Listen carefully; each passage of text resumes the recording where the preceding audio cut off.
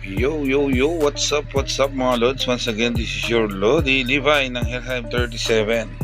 For today's video mga Lods, usapang runes ng BK naman tayo, no? At sa mga hindi pa nakakaalam, ang rune system ay lumalabas tuwing pag-apak mo ng RB6. So sa mga RB5 dyan, mag-ready na kayo, di ba? Dahil pag-apak nyo ng RB6 magiging exciting na. Ito nga pala yung rune slot mga Lodi, no? Diyan nyo ilalagay yung mga runes na nalustyo sa KDR mga Lodi. Or kapag nakapag-avail kayo ng mga runes sa Mudcart event. Kung mapansin nyo mga Lods, yung mga rune slot ko dyan naka-open na, no? Pero sa una, naka-lock pa rin yung mga yan mga Lods. Para mabuksan ng mga yan mga Lods, kailangan nyo ng rune elixir.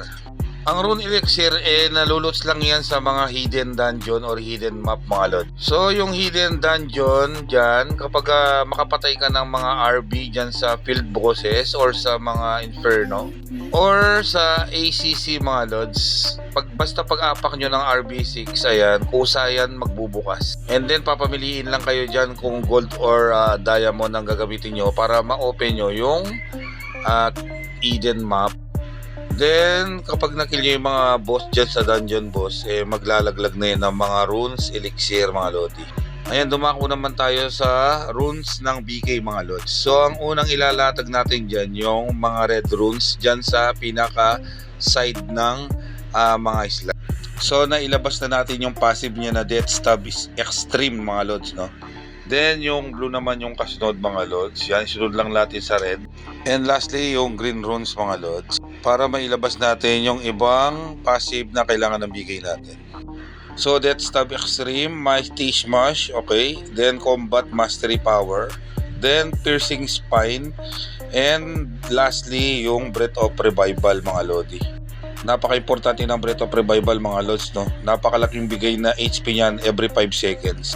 Then yung Piercing Spine mga Lods, napaka-importante din yan lalo na sa mga nag-RB dyan.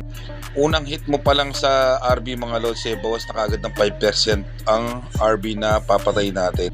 Then yung Death Stab Extreme mga Lods, napakalaking tulong niyan dahil kung dati RB5 ka na BK, tatlo lang yung Death Stab mo. Kaya madadagdagan ulit ng 2 Death Stab yan mga Lods. Bali magiging 5 na yung Death Stab mo dyan. Alam naman natin, ang BK kumukuha ng mabilis na combo dyan sa Death Stab mga Lods at saka sa Fatal, di ba? Yan yung setup ng runes ng DK na may recommend ko sa inyo mga Lods. Magandang gamitin yan para sa PvP at saka sa PvE. Well, it's up to you kung gagayahin nyo yan mga Lods. Ayan, sana nakatulong ulit ako sa inyo mga Lods. Kita-kits ulit tayo sa mga susunod na video. Thanks for watching.